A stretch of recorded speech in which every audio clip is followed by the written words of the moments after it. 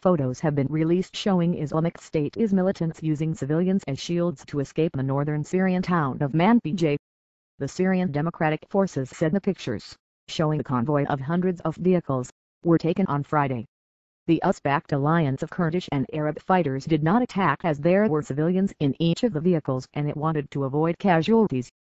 The militants were thought to have gone north, towards the Turkish border. SDF fighters took full control of Manbij after a 10-week offensive backed by US-led coalition airstrikes and special forces personnel.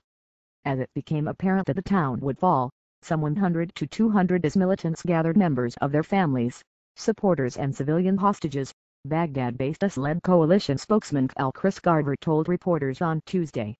The civilians were then placed with the militants in every vehicle in the convoy that headed north, tracked by SDF fighters and the coalition, he said. We had to treat them all as non-combatants. We didn't shoot. We kept watching. Hundreds of the civilians were released on Saturday, while others escaped.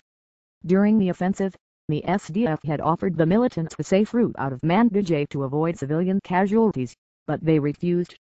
Col Garver said the jihadists kept throwing civilians into the line of fire, trying to get them shot to use that potentially as propaganda. IS militants attempted to flee the Iraqi city of Fallujah in a large convoy in June, but were bombed by Iraqi and coalition warplanes. About 175 vehicles were destroyed,